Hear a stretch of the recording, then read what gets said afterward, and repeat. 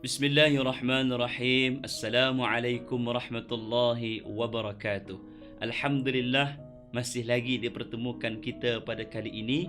Dan insya-Allah pada kali ini para penonton sekalian, kita akan membicarakan tentang tajuk kita, iaitu semangat para as-sahabat.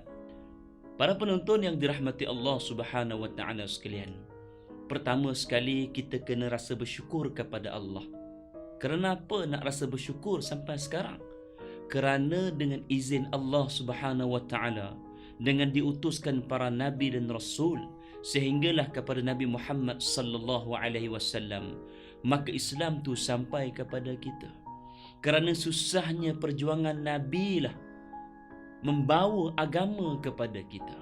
Bersusahnya Nabi sallallahu alaihi wasallam membawa agama sehingga nabi dicemuh, nabi dikata, nabi dimaki, nabi difitnah, sehingga kan dikatakan dalam riwayat Imam Bukhari dan Muslim, diletakkan bangkai binatang kambing di belakang Nabi sallallahu alaihi wasallam ketika mana Nabi tengah bersolat.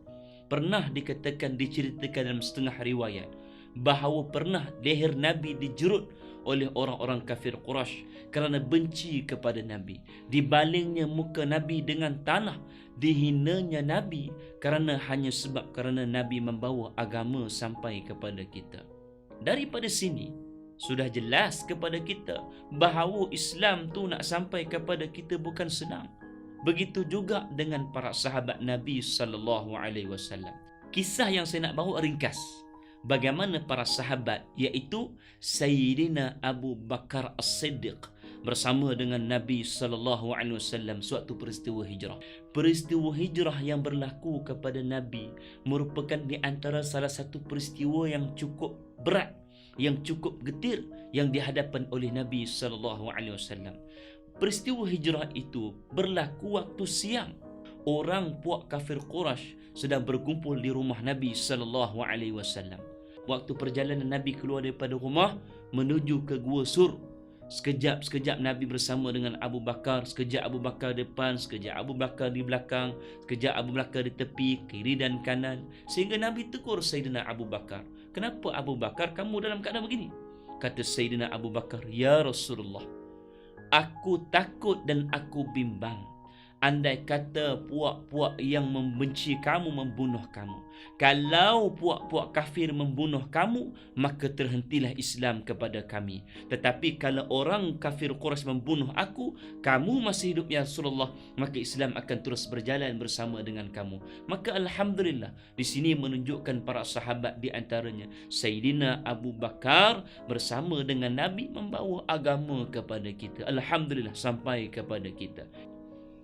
Bagaimana pula cerita dengan sahabat-sahabat Nabi yang lain? Sahabat Nabi ni banyak, ya, sehingga dikatakan bahawasanya sahabat yang rapat dengan Nabi di antaranya siapa dia? Sayyidina Umar Al-Khattab ataupun dikenal sebagai Sayyidina Umar. Kita kenal sebagai siapa Sayyidina Umar.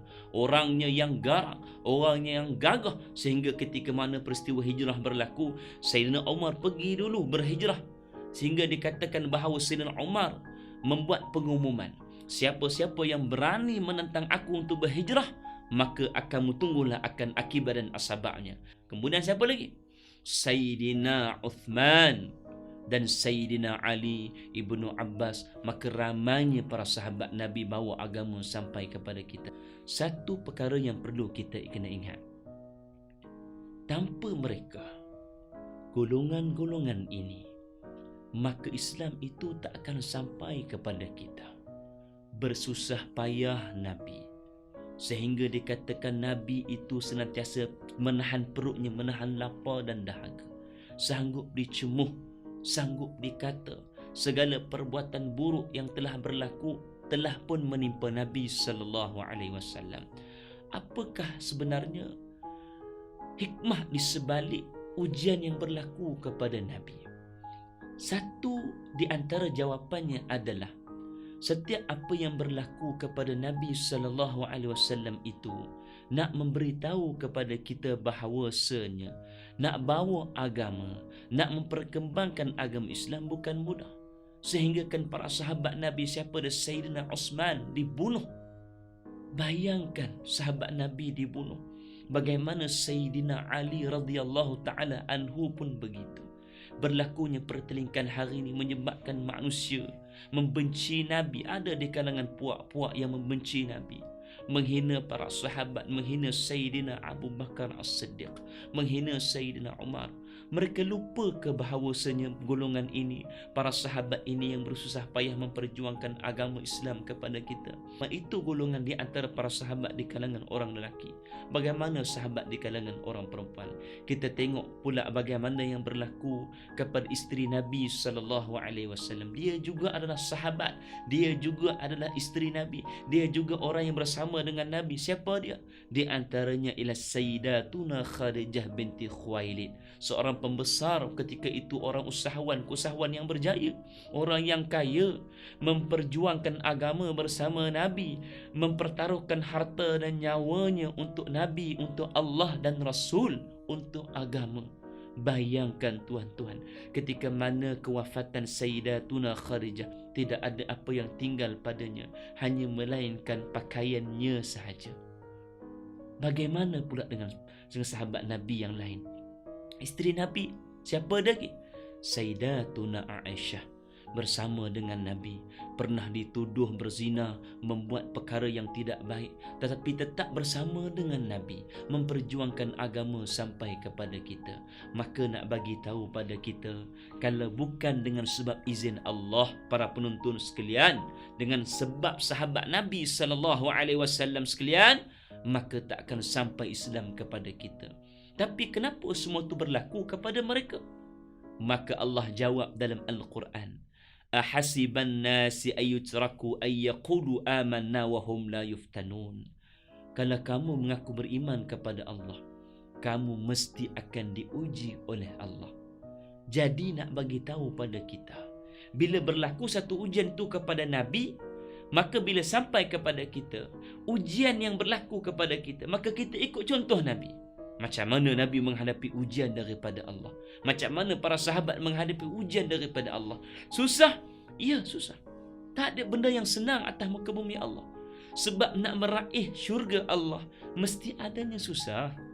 Nak masuk syurga Allah pasti ada tiket dia. Tiket dia apa dia? Amalan kamu, iman kamu, agama kamu.